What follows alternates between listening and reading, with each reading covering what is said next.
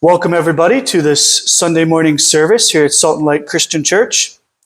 The story I have for you all this morning is from Acts chapter 10, the story of Peter and Cornelius.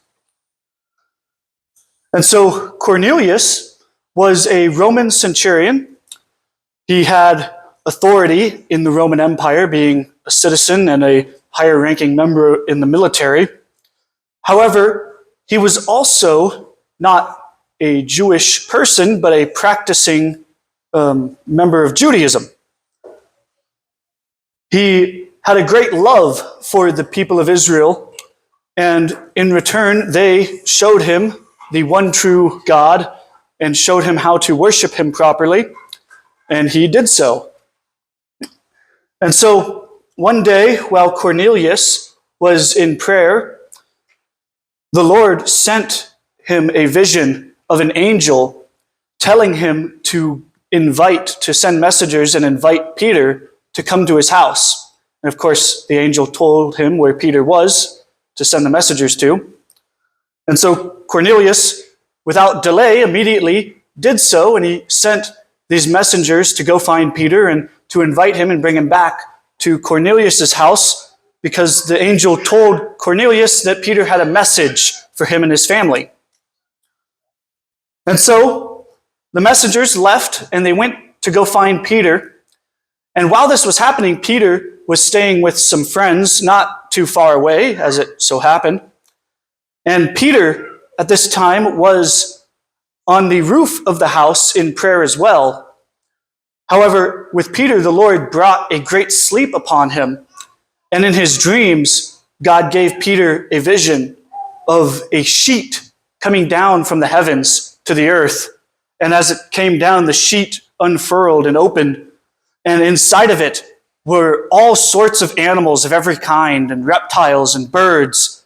And a mighty voice spoke to Peter from heaven, saying, "Get up, kill, and eat." And Peter replied, saying, "No, my Lord, I've never broken the Jewish laws. I've never eaten anything unclean or common." And the Lord once again spoke to Peter in this vision, saying, "Do not call unclean or common what the Lord has made clean." And Peter had this vision 3 times. Like most of us, Peter needed some repetition to get it. But at the end of this vision, the Lord told Peter that there were messengers that had came to invite him to Cornelius's house. And the Lord told Peter to go with them.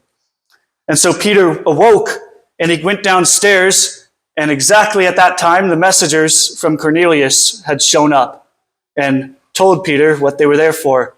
And Peter welcomed them in as his guests. And the next day, they got up early and headed to Cornelius's house. And so when they got there, Cornelius had gathered all of his family and friends, everyone that he could, to hear this message from one of God's apostles. And Peter, when he got there, was a little shocked, a little taken aback at this large grouping of Gentiles waiting for him.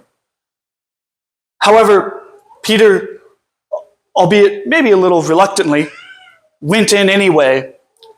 And Cornelius welcomed Peter, and Peter explained to him how he normally would not have done this, to go and visit a Gentile's house and to be their guest. It was against the Jewish custom, the law. So he normally would not have done this. It would have made him unclean. However, because of the vision that the Lord had given him, Peter did so anyway. And Peter ended up preaching the gospel to Cornelius and his whole family and all of his friends that were there. And all of them accepted the gospel and received Christ into their hearts that day.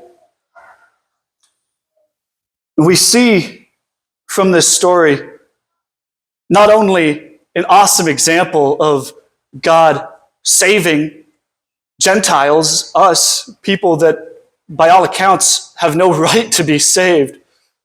However, we see more than that. We see God essentially going out of his way to save Cornelius and his household.